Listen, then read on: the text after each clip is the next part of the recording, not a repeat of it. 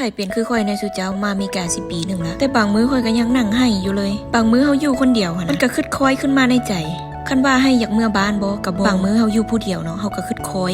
คิดฮอดบ้านคิดฮอดแม่คิดฮอดครอบครัวหั่นนะแต่มันก็เป็นแค่บางช่วงมีหลายคนบอกว่าเจ้าอยู่ๆไปเจ้าก็สิเลิกเองดอกเจ้าฮอดบ่อยากเมื่อบ้านแต่สำหรับข่อยผู้มาอยู่นี่สิได้ปีเนาะคำว่าบ้านเกิดเมืองนอนเนาะบ่มีคำว่าลึงดอกอยู่บ้านเขาแต่ว่าเฮาได้มาแล้วเฮาก็ต้องได้อดได้ทนใส่อนาคตของเฮาเนาะมื้อหน้าอนาคตเฮาบ่ฮู้ดอกว่าเฮาสิได้อยู่ไสสิอยู่นี่หรือเมื่อเฮาก็ยังบ่รู้แต่สิ่งแรกที่เฮาสิเฮ็ดคือเก็บเงินหรือว่าทำงานหาเงินหลายๆสุดจ้ะเพราะบั้นปลายชีวิตเฮาต้องได้ใช้เงินถ้าเฮากลับเมื่ออยู่บ้านโดยที่บ่มีเฮาก็สิลำบากตอนเฒ่าซึ่งข่อยบ่อยากเป็นแนวนั้นข่อยบ่อยากลำบากตอนเฒ่าตอนแก่บอกกับผัวว่าเจ้ารีไทร์แล้วเฮาเมื่ออยู่บ้านเนาะไปมาบ่แม่นว่าไปอยู่เลยอยู่นี่3 เดือนอยู่พุ่น3 เดือนแล้วอยู่นี่6 เดือนอยู่พุ่น6 เดือนซึ่งโชคดีความคิดผัวกับความคิดข่อยมันตรงกันสุดเจ้ามันเลยไปในทางเดียวกันว่าเราอยากเมื่ออยู่พุ่นคือกันบ้านเรารีไทร์ถ้าในอนาคตโลกเฮาบ่มีหยังเปลี่ยนแปลงเฮาก็อยากกลับมาใช้ชีวิตอยู่บ้านส่วนหลายก็เจ้าที่เขารีไทร์แล้วเขาสิกลับเพราะว่ามันเหงาได้สุเจ้าอยู่นี่เจ้าสิได้เจอหมู่เฉพาะเสาร์ถ้าเจ้าบ่ได้ไปเหตุการณ์แล้วหั่นนะเจ้าเลยเลือกที่สิเมื่ออยู่บ้านดีกว่าเพราะบ้านเฮาเนาะปะโลหัวออกเงินก็มีหมู่เว้าหมู่ลมมันบ่คือนี่เนาะสุเจ้าบ้านใกล้กันติดกันก็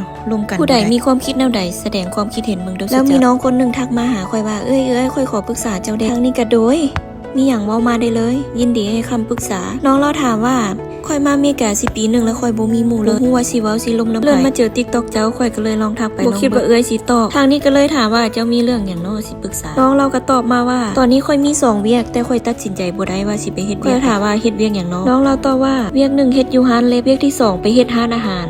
ว่าเฮาควรไปเฮ็ดบ่อนใดสำหรับข่อยเนาะสิเจ้าข่อยอยากแนะนำให้เราไปเฮ็ดร้านเล็บเพราะร้านเล็บมันบ่เมื่อยสำหรับร้านอาหารนี่ก็คือหลายๆคนที่เขาเจ้าก็สิเว้าเป็นเสียงเดียวกันว่ามันเมื่อยเจ้ามีความคิดเห็นแนวใดมาแนะนำน้องเราเบิ่งดูหั่นว่าเฮ็ดร้านอาหารหรือร้านเล็บหลายๆคนที่บอกข่อยว่าร้านเล็บมันสิดีกว่าร้านอาหารได้ถ้าเจ้าอยากเฮ็ดเวียก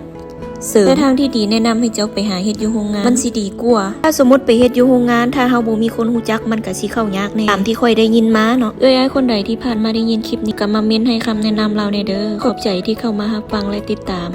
บ๊ายบาย